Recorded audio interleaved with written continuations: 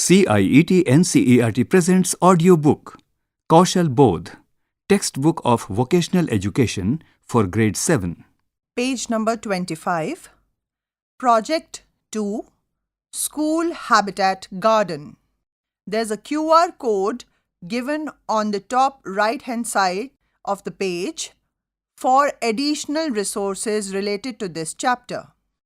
This project will help you learn about providing suitable conditions for groups of animals to live and thrive.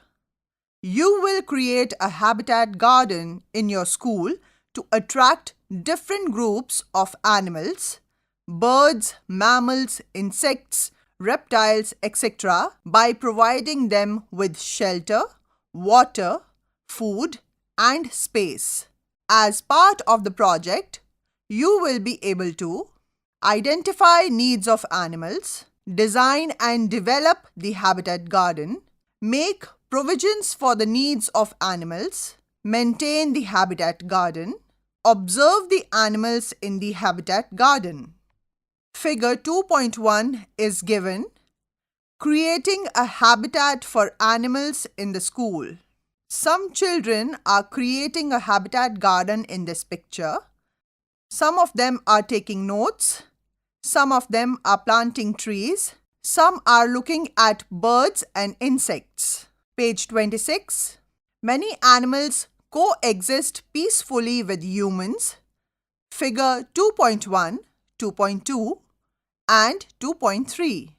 Beyond domestic and farm animals, several other animals share our surroundings, including crows, sparrows, pigeons, owls, kites, bats, monkeys, langurs, squirrels, mice, rats, butterflies, and moths. They lead their busy lives alongside us, adapting to the human-dominated environment. Have you ever wondered where these animals lived before towns and cities replaced farmlands and forests? How many of them have managed to adapt to the changes brought about by human expansion? As villages, towns, and cities continue to grow, natural habitats are shrinking, forcing many animals into unfamiliar territories. This habitat loss has led to an increase in sightings of leopards, wolves, and even tigers in urban areas and farmlands. Imagine being suddenly displaced from your home, losing the safety and comfort it provides. This is the challenge these animals are now facing. Figure 2.2. Bird's nest hanging from the roof of a veranda in a city. Figure 2.3. White-throated kingfisher can be seen on wires near water bodies or parks in cities. Animals that can adapt to changes in their habitat continue to coexist with us, while those that cannot retreat into the remaining untouched areas. Take birds, for example, specifically pigeons. Their natural habitat consists of cliffs and rocky hills, which is why they are commonly seen perched on building ledges. In contrast, house sparrows prefer sheltering in dense trees and bushes. As cities expand and green spaces diminish, the sparrow population gradually declines until they eventually disappear from urban landscapes. Page 27. All animals require food and water to survive. Additionally, they need sufficient space to move freely and a safe shelter where they can rest and raise their young ones without fear of predators or exposure to harsh weather conditions. These four essentials, space, shelter, food, and water, form the foundation of every animal's habitat. However, the specific needs of different animals vary. For instance, in terms of space, carpenter ants can establish a colony within just a few square centimeters, whereas spiders spin webs that are much larger than themselves. Similarly, water sources differ. While butterflies and ants can sip dew droplets from grass, birds often drink from puddles or leaking taps. Shelters also vary. Squirrels find safety in trees, while lizards are comfortable on flat concrete surfaces, as few predators can climb walls to reach them. Near human settlements, a diverse range of food is readily available, including human leftovers, flower nectar, leaves, insects, and small animals. Figure 2.4. Additionally, birds find various materials for nest building in such areas. They collect twigs, dried vegetation, and grass to construct sturdy nests. Figure 2.5. For the nest lining, sparrows often use feathers or even paper, whereas crows incorporate metal wires and ropes to reinforce their nests. There are two pictures given in the middle of the page of an insect and of a bird's. Figure 2.4. Insect feeding on nectar of a flower also helps in the pollination. Figure 2.5. A bird gathering material for its nest. Once basic needs are fulfilled, habitats must also provide comfort and joy. For example, some birds like bulbul, dove, and munia love to bathe in shallow water containers to cool down and clean their feathers. Page 28. Numerous initiatives have been undertaken in our country to create and maintain suitable habitats for wildlife, ensuring their protection and conservation. These efforts include the establishment of various wildlife sanctuaries and national parks, such as 1. Kaziranga National Park in Assam, renowned for its population of one-horned rhinoceros. 2. Bharatpur Bird Sanctuary in Rajasthan, a haven for migratory birds. 3. Periyar Tiger Reserve in Kerala, dedicated to tiger conservation. 4. The butterfly enclosure within Phambong Lo Wildlife Sanctuary in Sikkim, which provides a safe habitat for diverse butterfly species. And 5. Kanha National Park in Madhya Pradesh, which serves as a vital refuge for Barasingha, swamp deer, and other wildlife. These are just a few examples among the many protected areas across the country. The term sanctuary literally means a safe place where one's needs are met. In the context of wildlife conservation, sanctuaries are typically vast, well-maintained areas managed by experts who ensure the protection and well-being of various species. However, the concept of a sanctuary is not limited to large-scale conservation efforts alone. Even a small habitat garden in your backyard or neighborhood can serve as a miniature sanctuary, providing shelter, food, and a safe space for birds, butterflies, insects, and other small animals. By creating and nurturing such spaces, individuals can contribute to biodiversity conservation and support local wildlife in their own surroundings. What will I be able to do? At the end of the project, you will be able to 1. Identify groups of animals in and around the school that can be attracted to the habitat garden. 2. Identify the needs of these groups of animals in terms of space, shelter, food, and water. 3. Describe how these needs can be met within the school habitat garden. Page 29. 4. Design and set up a habitat garden in your school based on the above needs. 5. Observe the groups of animals attracted to the habitat garden. What will I need? You will need tools and materials for setting up the habitat garden, along with what are referred to as non-plant elements that will attract animals. 1. Gardening tools and materials. A. You will need gardening tools like shovels, spades, trowels, and watering cans and safety gloves.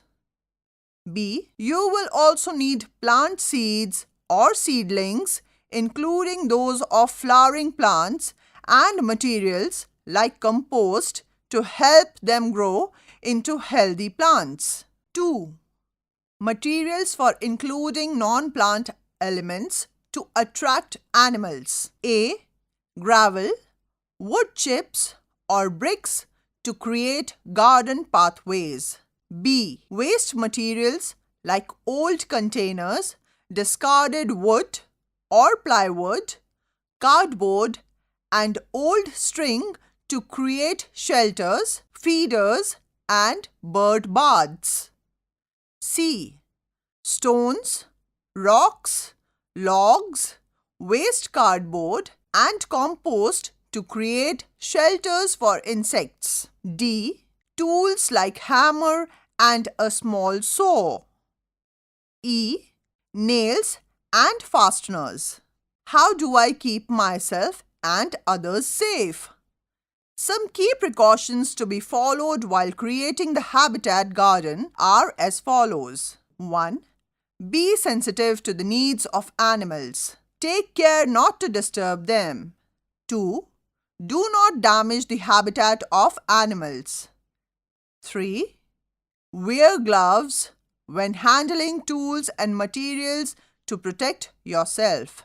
Page 30. Internet safety. Ask your teacher for help while using the internet. Be careful not to upload or download anything without checking. Do not share personal information anywhere. What do I need to know before I start? In order to develop the habitat garden, you must first identify animals in and around the school. Next, you must understand the needs of these animals in terms of space, shelter, food, and water. After all, these animals will be attracted to the garden only if their needs are fulfilled. Activity 1. Identifying animals in and around the school. Spend some time looking around the school and identify the animals around you. Next, ask the gardeners in a nearby park or members of the community living close to the school about the animals they have observed in the surroundings. Depending on where your school is located, there will be pigeons, crows, sparrows, kites, peregrine falcon, bulbul, myna, munia, sunbirds, woodpeckers, owls, and many other birds. Figure 2.6. Sunbird feeding on nectar also helps in pollination. There is a picture in the middle of the page where a sunbird is already feeding on the nectar. This process also helps in pollination. You may find squirrels, mice, rats, bats, mongoose, and maybe some other small animals, as well as lizards and frogs. Insects like ants, butterflies, dragonflies, beetles, caterpillars, mosquitoes, and many others are also likely to be around. Figure 2.7. Caterpillar on the leaves of a flowering nasturtium plant. This figure is also in middle of the page. Make a list of the animals around you that are likely to be attracted to the habitat garden and decide which ones you would like to have in the school and which ones you would like to avoid. Page 31. Write your responses in table 2.1. Animals that you want or not want in the school habitat garden. There's a table given with 5 rows and 2 columns with some blank space and examples. The first column starts with a heading, "We would like these animals in our habitat garden." Some examples that are shared in the first and second row are butterflies and sunbirds. Then some space is provided for your responses. The second column has the heading, "We would not like these animals in our habitat garden." The examples that are given are mosquitoes and snakes. The blank space that is provided is for your own responses. Once this list is ready, the next step would be to identify what these animals need in their habitat. Activity 2. Interaction with an expert. To assess the need of the animals identified by you, it will be useful to speak to an expert. The expert can be a farmer, gardener, or any other community member who has a garden and an interest in animals.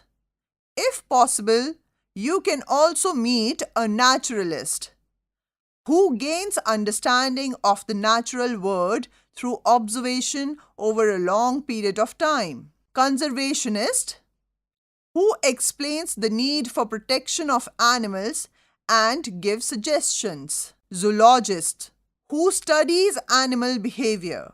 Entomologist, who concentrates on insects. Lepidopterist, who concentrates on butterflies and moths among insects. Botanist, who studies plants.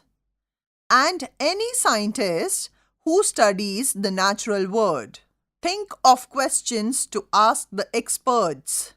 Some questions are given. You can think of many more. With each question, you have been provided with a blank space to write your answers. 1. Which of the animals identified in the surrounding of the school are likely to be attracted to our school habitat garden? Blank space. 2. How can we prevent the entry of animals we do not want in the school habitat garden? Blank space. Page number 32. 3. Where should the habitat garden be developed? Blank space. Now fill the tables 2.2 and 2.3 with the help of the experts. Ensure that you have information for at least 2 types of birds, insects, and small mammals. Table 2.2 have 2 sections. One is the name of animals and the other section has different needs of animals.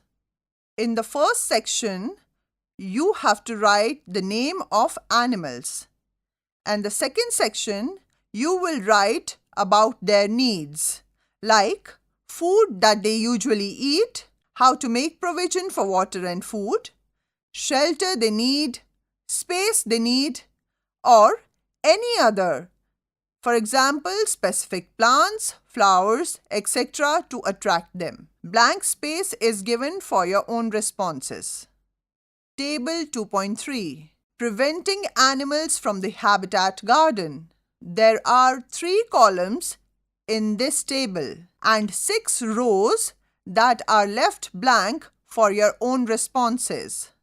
In this table, you will write the names of the animals first that you do not want in your habitat garden.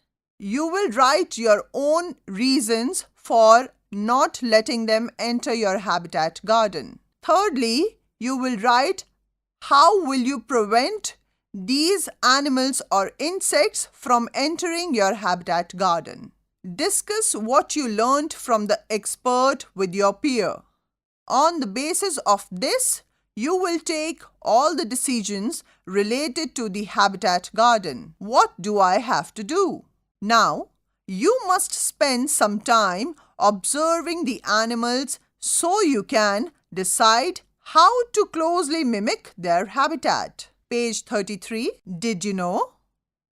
Fireflies are a species of insects that emit light. A few decades back, entire trees used to be lit up by small lights in some areas of our country, but this is rare now.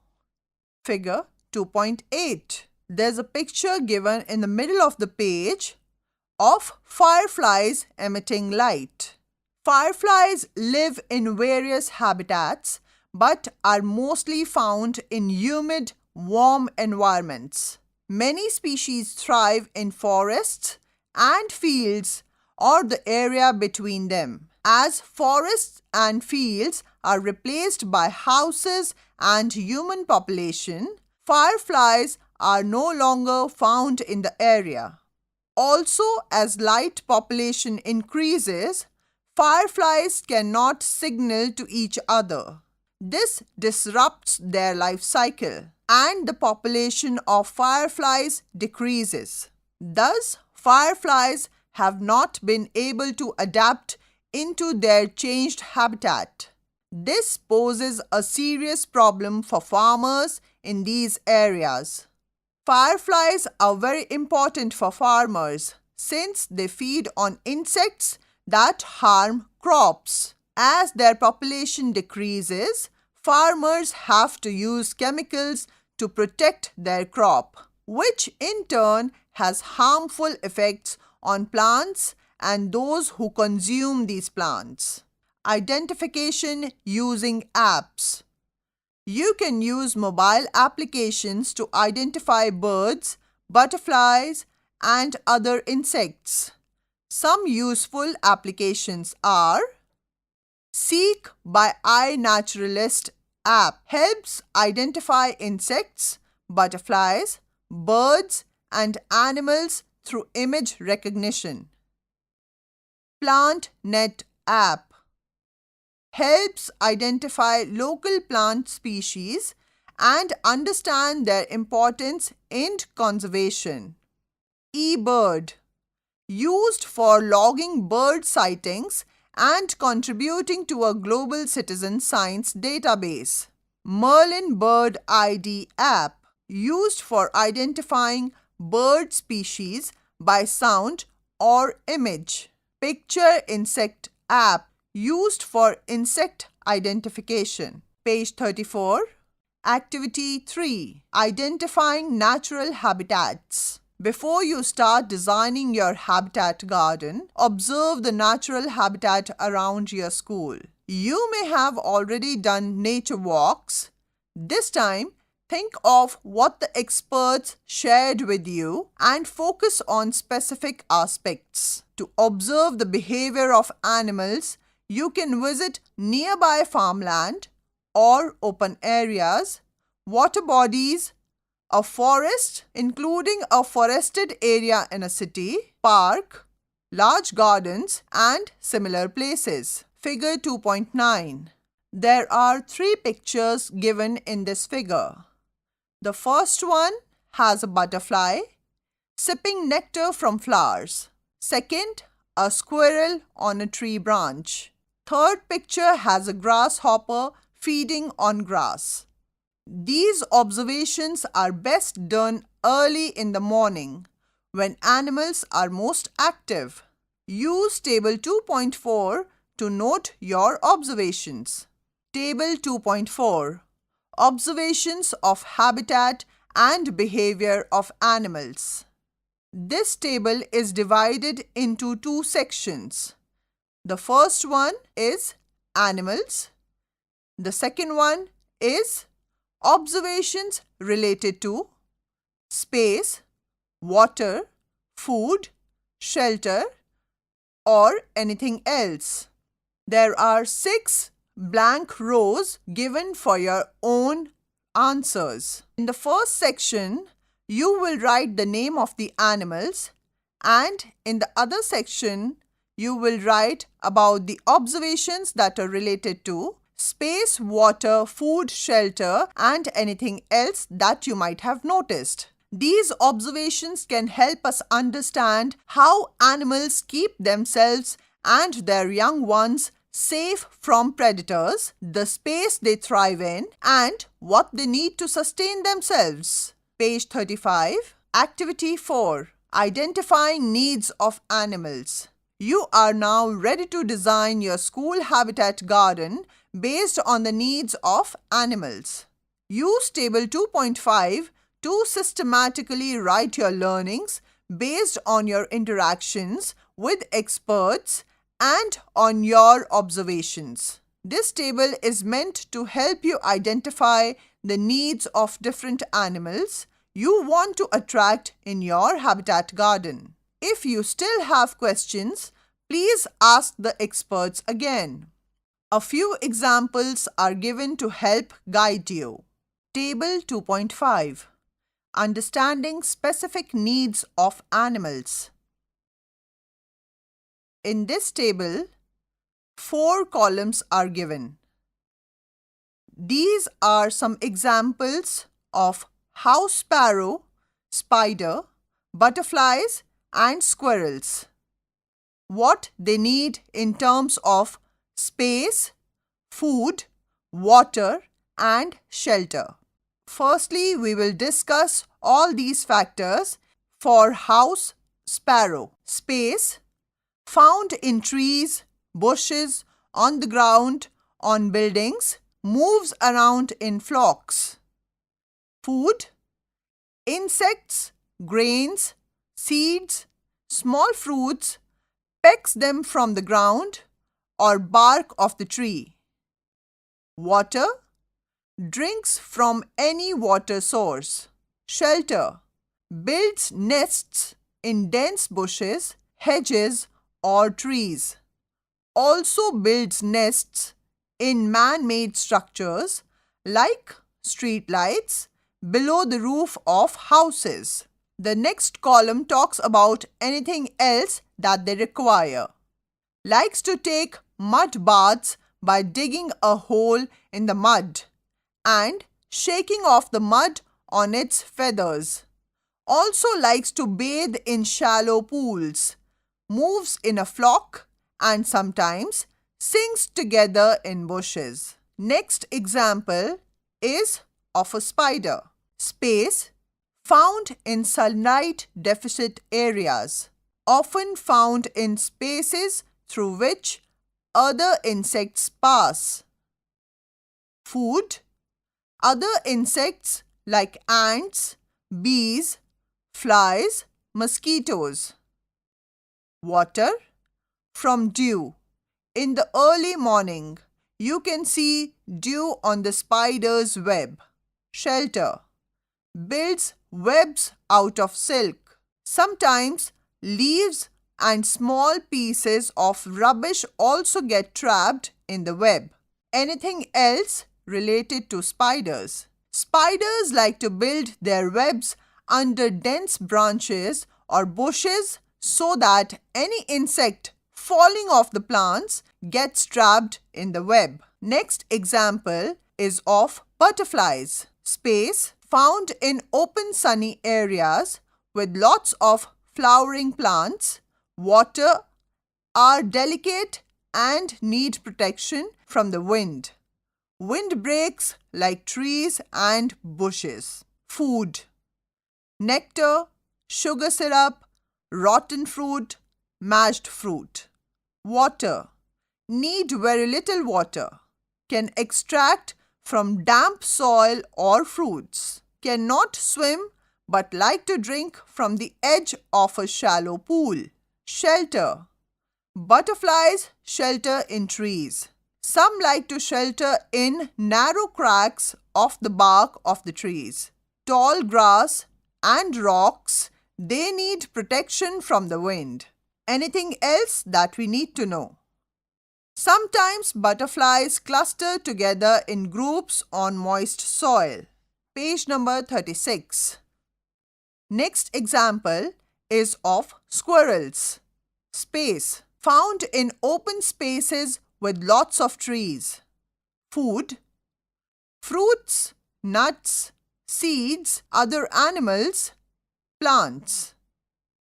Water, need a small amount of water.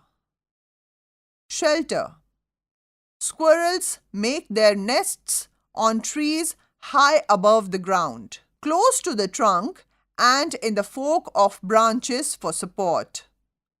Also use hollows in the trunk as nests. Anything else that we need to know? Squirrels are generally observed alone. Did you know? 1. Some birds, like the house sparrow, rub their feathers with dry earth or sand while vigorously wriggling their bodies and flapping their wings. This causes dust to fly up and then fall through their feathers.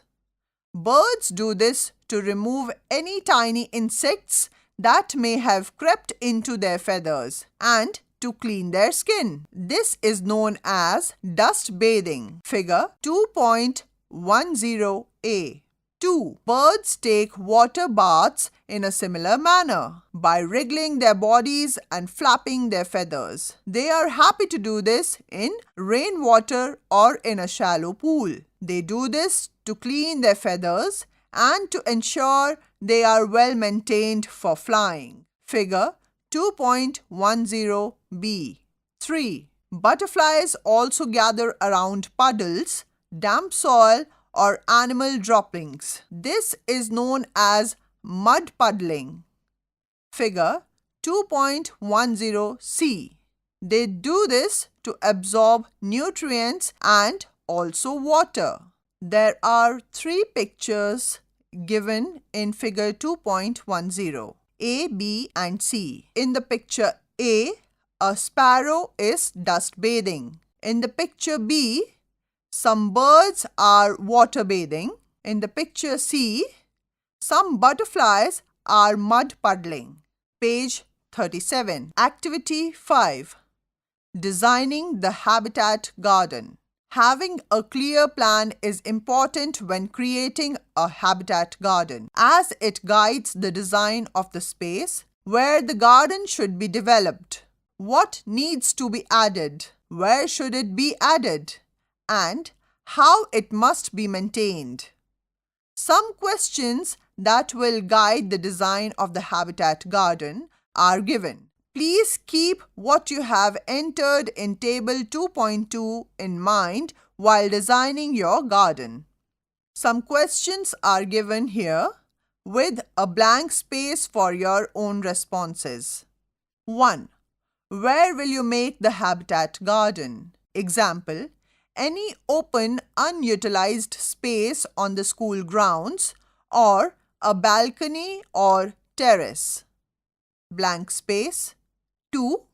How much sunlight does the space receive during the day?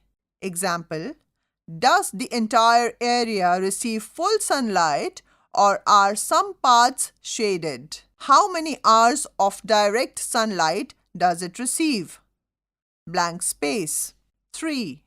What specific elements do animals need to be attracted to your habitat garden? Consider features like flowering plants, rocks in sunny areas, plants that can break the wind for butterflies, water collecting under a garden tap, etc. Blank space. Trees or shrubs around the space are preferable as they act as natural wind breaks. Row of trees, a fence, wall or screen that provides shelter or protection from the wind, and hideouts for animals to use as shelters.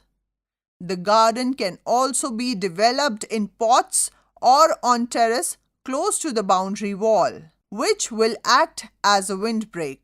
The garden must be in a quiet space, that is, away from much human movement to ensure comfort of animals. Page 38. 4. Do any of the above already exist in the school? If yes, what are they? Blank space. 5. Are there any other aspects that need to be covered? Blank space. 6. What kind of plants will need to be planted to attract animals, birds, and insects to your habitat garden? Example, seasonal flowering plants. Blank space. 7. How will you make sure you do not disturb animals while watering and weeding your garden? Example, a walkway of sand or brick. Areas for mud puddling in a corner of the garden. Blank space. Figure 2.11. A habitat garden in the making.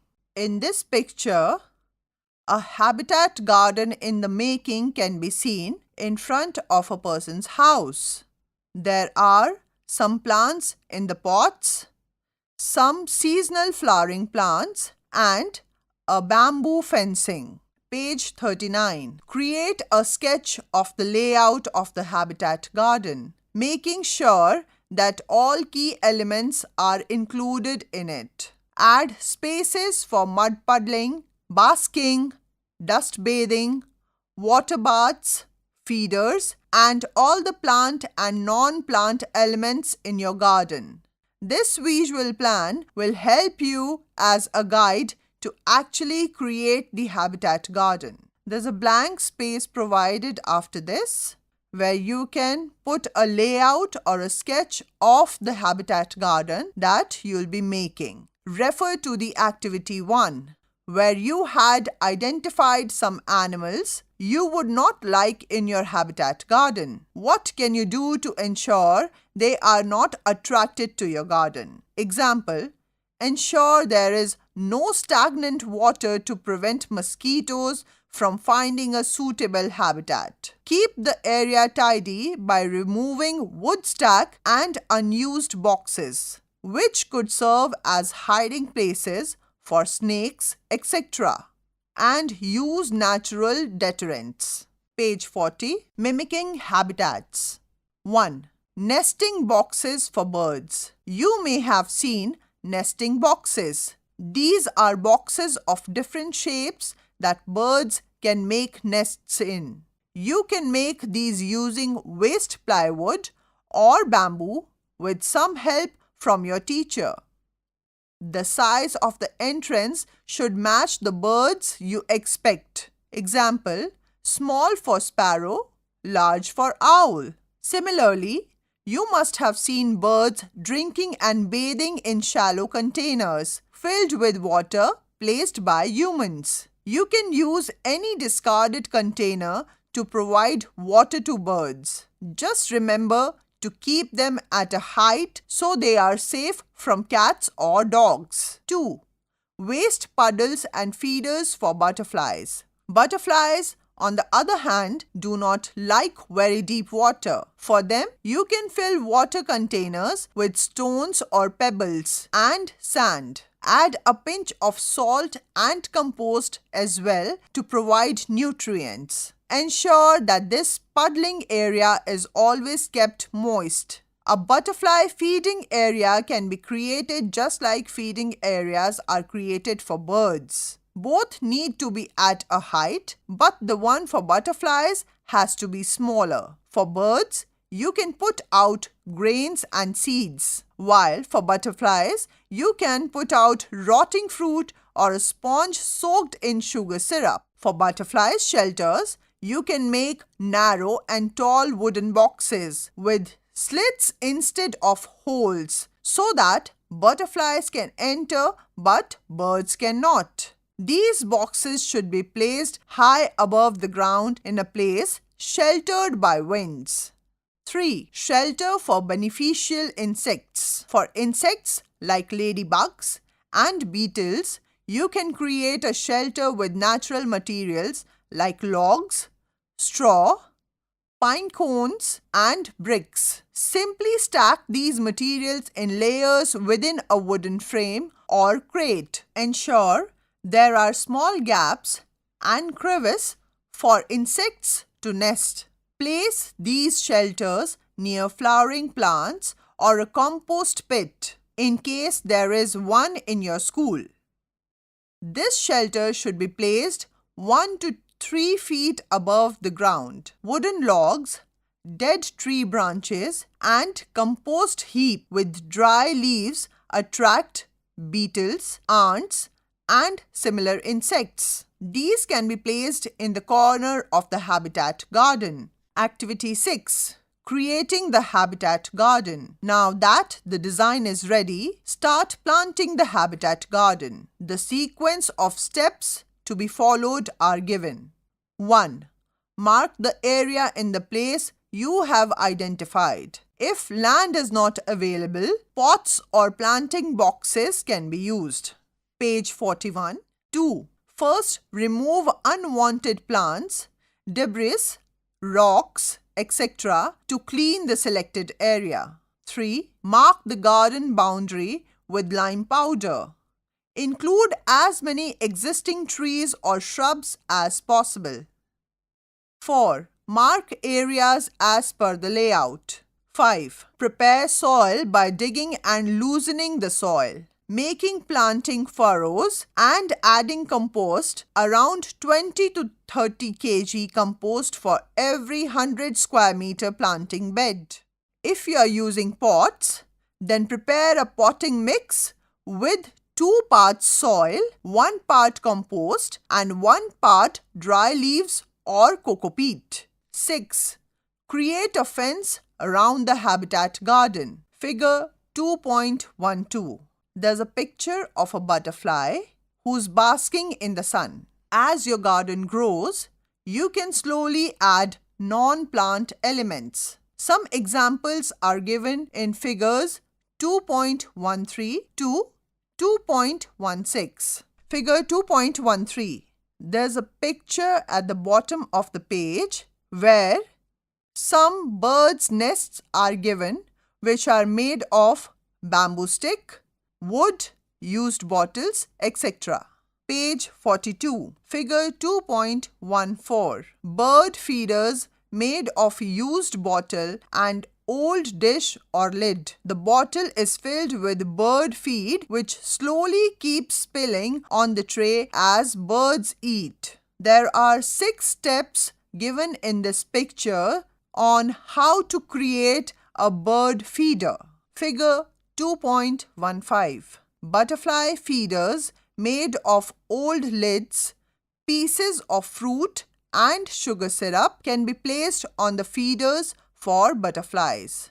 In this picture, 3 steps are given to create a butterfly feeder made out of old lids. The third picture also has some fruits and sugar syrup for butterflies. Figure 2.16. Butterfly house made of long sticks and thick thread. In this picture, a small butterfly house is given, which is made of long sticks and thick thread. Page 43. Your habitat garden is now thriving with life. By carefully designing and nurturing it, you have created a self-sustaining environment that mimics a natural habitat. As plants grow and bloom, they naturally attract various insects and animals, creating a balanced ecosystem. Flowering plants draw butterflies and small birds, while birds help control insect populations by feeding on them. Presence of insects also invites spiders, bats, lizards, and insects which play their role in the food chain. Over time, these smaller creatures attract larger birds, which will add to the biodiversity of your garden. Your habitat garden can now become a haven for animals, a beautiful green space, and a step towards ecological conservation. Figure 2.17. In the middle of the page, a habitat garden in a school is given where some birds' nests are hanging on the trees. Activity 7. Observing occupants of the habitat garden. Allow your habitat garden time to grow and flourish. Once it has fully developed, observe the various animals that inhabit the school habitat garden, such as butterflies, ants, small birds, lizards, and squirrels. Work in groups to document your observations. 1. Carefully observe and record the behavior of animals around water sources and feeding areas. 2. Remember that butterflies and birds are most active during sunrise and sunset. So, try to arrive at school early for better observations. Page 44. 3. If possible, take photographs or sound recordings. You can also sketch the animals or include photos in your observation records. You can note your observations in Table 2.6. Table 2.6. Observation records of visitors to the habitat garden. First column is observation of insects, date on which they were observed, and remarks, which can include number observed, stage of insect like egg, larva, adult, etc. Where did you observe it? Insect activity like feeding, seeking shelter, bathing, mud puddling. You have blank space to write your responses. The next section is for birds. The first column contains observation details of birds, date on which they were observed, and then remarks like number observed, where did you observe it, bird activity like feeding, hunting, seeking shelter, bathing, puddling. You have blank space with each of them for your responses. The third section is for small mammals. The first column is for observation of small mammals. The second column is for date on which they were observed. The third column is for remarks that includes number observed, where did you observe it, animal activity like feeding, hunting, seeking shelter, bathing, puddling. Blank space is given in each column for your responses. If you are getting a lot of visitors to your habitat garden, that is wonderful. If not, do not be disappointed. You need to be patient. Animals need to be confident that their needs will be met. Some animals may already be living in the school, and they may decide to use the habitat garden. Wait for some time, discuss with experts, and make suitable changes. Page 45. Activity 8. Maintaining the habitat garden. The habitat garden will host living things. This includes plants, ants, insects, birds, lizards, and many others. To keep your habitat garden a buzzing place, you need to maintain it regularly. Taking care of the habitat garden is important to ensure it continues to attract animals you want. You also need to take care of plants and ensure there are no unwelcome occupants. For example, you need to water the plants. Ensure there is no stagnant water to prevent mosquitoes. Clear fallen leaves and stems from pathways. You can collect them and put them in a compost bed. Therefore, you must prepare a maintenance schedule for the habitat garden. You can divide yourselves into small teams and distribute the work. You must rotate the tasks so that everybody gets a chance to contribute. You can prepare a maintenance chart and keep a checklist to ensure tasks are done on time. Some examples are given in Table 2.7. You can add more as per your habitat garden. Table 2.7. Maintenance schedule for the habitat garden. In this table, we have 5 columns and 6 rows. The heading of the table is Schedule for blank space week of the month of blank space. you can write the number of the week and the name of the month of this maintenance schedule. The first column has the heading of Task. Under this column, we have different subheadings, namely watering of plants, filling of watering and bathing containers, feed in the bird feeder, weeding, cleaning of garden, composting of agro waste. The second column has the heading of Responsibility. Blank space is given for the name of the person who is going to fulfill these responsibilities. The third column has the heading of Planned date for the activity. In this column, you will write about the frequency of a particular task mentioned in the first column. For example, watering of plants will be done every day. Filling of watering and bathing containers will be done every day. Feed in the bird feeder will be done once in a week. Weeding will be done once in a month. Cleaning of garden will be done every day. Composting of agro waste will be done every day. Fourth column has the heading of Date activity was performed on, in which you will write the date when it is done. The fifth column is for remarks. Page 46. Every living thing is looking for a comfortable and secure habitat. Your consistent efforts in maintaining your garden will attract more and more living things to your garden. Activity 9. Showcasing your work. Plan how you will share your habitat garden with others.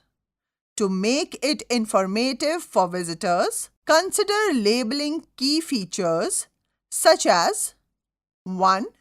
Names of flowering plants. 2. Animals benefiting from shelters, water containers and feeders. 3. Marked areas for mud puddling and dust bathing. You can also create a presentation to explain the process. This could be in the form of a chart or a digital slide presentation. Here are some key points to include. 1. Purpose. Why did you create the habitat garden? 2. Designing and layout. How did you plan the layout based on the needs of animals? 3. Target species. Which animals did you aim to attract and what are their specific needs? 4. Observed. What have you noticed since setting up the garden? This presentation will be valuable during the Kaushal Mela, where you can use it to explain your project to visitors. What did I learn from others? Some questions are given with blank space for your responses. 1. What are the 3 most fascinating things you have discovered? Blank space. 2. What key insights did you gain from observing and discussing about the living beings and their habitat? Blank space. Page 47. What did I do and how long did it take? It is important to understand how much time is required for an activity to be completed. Calculate the approximate amount of time in hours you spent on each activity. Mark them on the timeline. If you did more than the activities suggested in the book, please add the number and time taken. There is a timeline pattern given here. First, it has different numbers of activities from 1 to 9. The second part has time taken in periods. You can write about the time that you have spent on each activity, starting from the first to the 9th one. What else can I do? 1. Try to create a small butterfly garden at home.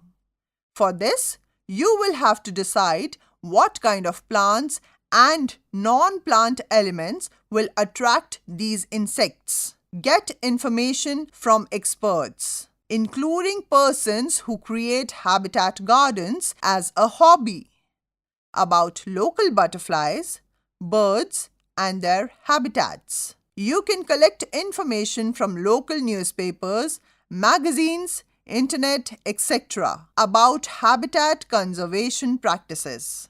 2. Write an essay or story about creating your habitat garden and send it for publication in the local newspaper. 3. Make a video of your habitat garden. Time-lapse video.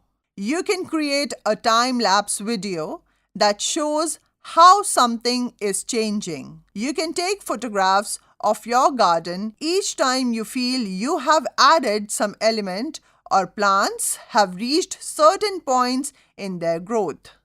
Example: germination, appearance of stems and leaves, and later of flowers. Search on the internet with the keywords app plus time-lapse plus video. Choose an app that will allow you to upload still photographs and make a video. Page 48. Think and answer. 1. What did you enjoy doing? 2. What were the challenges you faced? 3. What will you do differently next time? 4. According to you, what is the importance of the habitat garden? 5. How do you plan to maintain the habitat garden after completion of project activities? 6. Identify few examples of jobs related to the work you just did. For example, naturalist, conservationist, entomologist, zoologist, botanist, forest officer, environmentalist. Look around, speak to people, and write your answer. Chapter 2 ends here. Kaushal Bodh. You were just listening to this audiobook. Textbook of Vocational Education for Grade 7. Narration: Himani Joshi. Sound recordist: Virendra Rawat. Production assistant: Mukul Singh. Directed and produced by Vimalesh Chaudhary. This audiobook is brought to you by CIET NCERT, New Delhi, India.